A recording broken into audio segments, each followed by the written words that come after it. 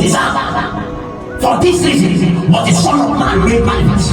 That is, this was the, oh my God, so that he will destroy the manifestation, the activities of the devil, the manifestation of the spirit of life, the manifestation.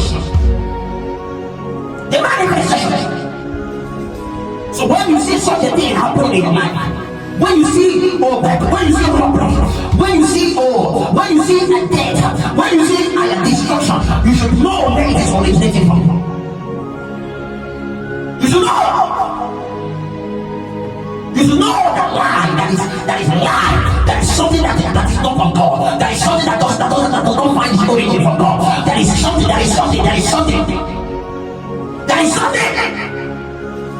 is in operation.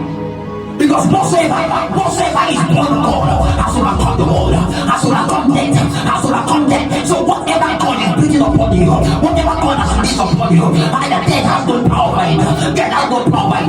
It is only something that came from life, that came from the spirit of life, that death can overcome.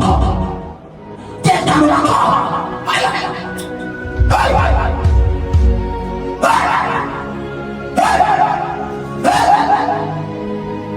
So whatever the Holy Ghost brings upon you, and that was what Jesus Christ was. That's what Jesus was saying. So whosoever believes in me, shall not die.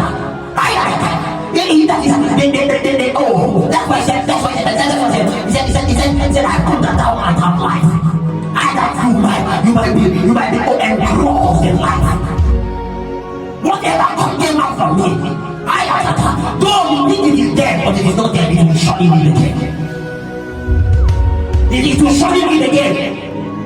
So the first protocol to recovery, to restoration, to revival, the first protocol to awakening is to discern the operation of life. That thing that is that word, that thing that you have believed, that thing that you have believed, that thing that you have done, that thing that you have believed that never came from God. You have to discern it. You have to discern it by the operation of that, by the manifestations of that thing.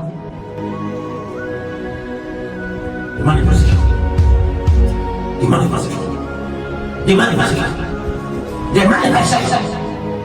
Another thing that you need to discern is the operation of the spirit of hell. The operation of the spirit of hell.